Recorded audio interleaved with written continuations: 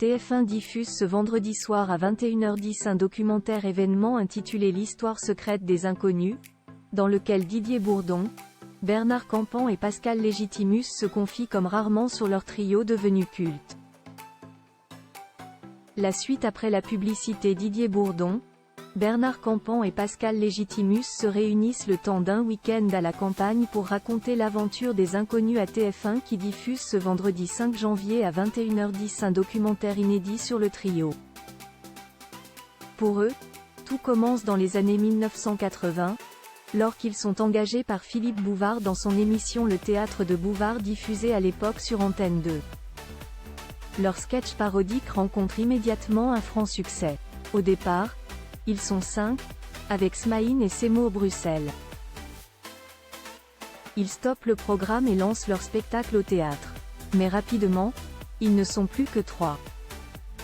Le premier se lance dans une carrière en solo, tandis que le second n'est pas satisfait des conditions financières dictées par leur producteur Paul Lederman, ancien associé de Claude François. Autre épine dans le pied pour eux, Philippe Bouvard les attaque en justice. Il leur reproche notamment d'avoir utilisé son nom sans sa permission sur leurs affiches de spectacle, estampillées vues au théâtre de Bouvard. Ils sont alors contraints de le dédommager. Le parcours des inconnus, pas un long fleuve tranquille et cela ne va pas en s'arrangeant pour eux car s'ils continuent de gagner en notoriété suite au carton des Trois Frères au cinéma en 1995, ils se fâchent avec leur producteur. Pour des raisons contractuelles, le trio se voit dans l'impossibilité de se produire ensemble, sans reverser une partie à Paul Lederman. Naît alors Le Pari, un autre film connu de tous aujourd'hui, mais dans lequel Didier Bourdon et Bernard Campan se donnent la réplique sans Pascal Légitimus.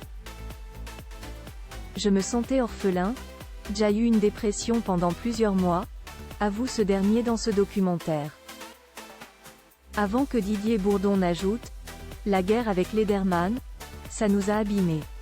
Malgré toutes ces péripéties, les inconnus sont parvenus à rester soudés et ont continué à marquer les esprits.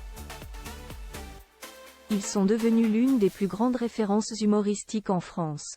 Aujourd'hui, tout le monde est capable de citer leurs répliques de Télé Magouille, Youpi Matin ou du sketch Les Chasseurs. Ils ont également, comme précédemment évoqué, rencontré du succès sur le grand écran. Sans oublier les 2 victoires de la musique qui leur ont été attribuées. Car oui, ils savent aussi chanter. Qui n'a jamais fredonné Isabelle a les yeux bleus, Auteuil Neuilly Passy ou le Raptou des vampires?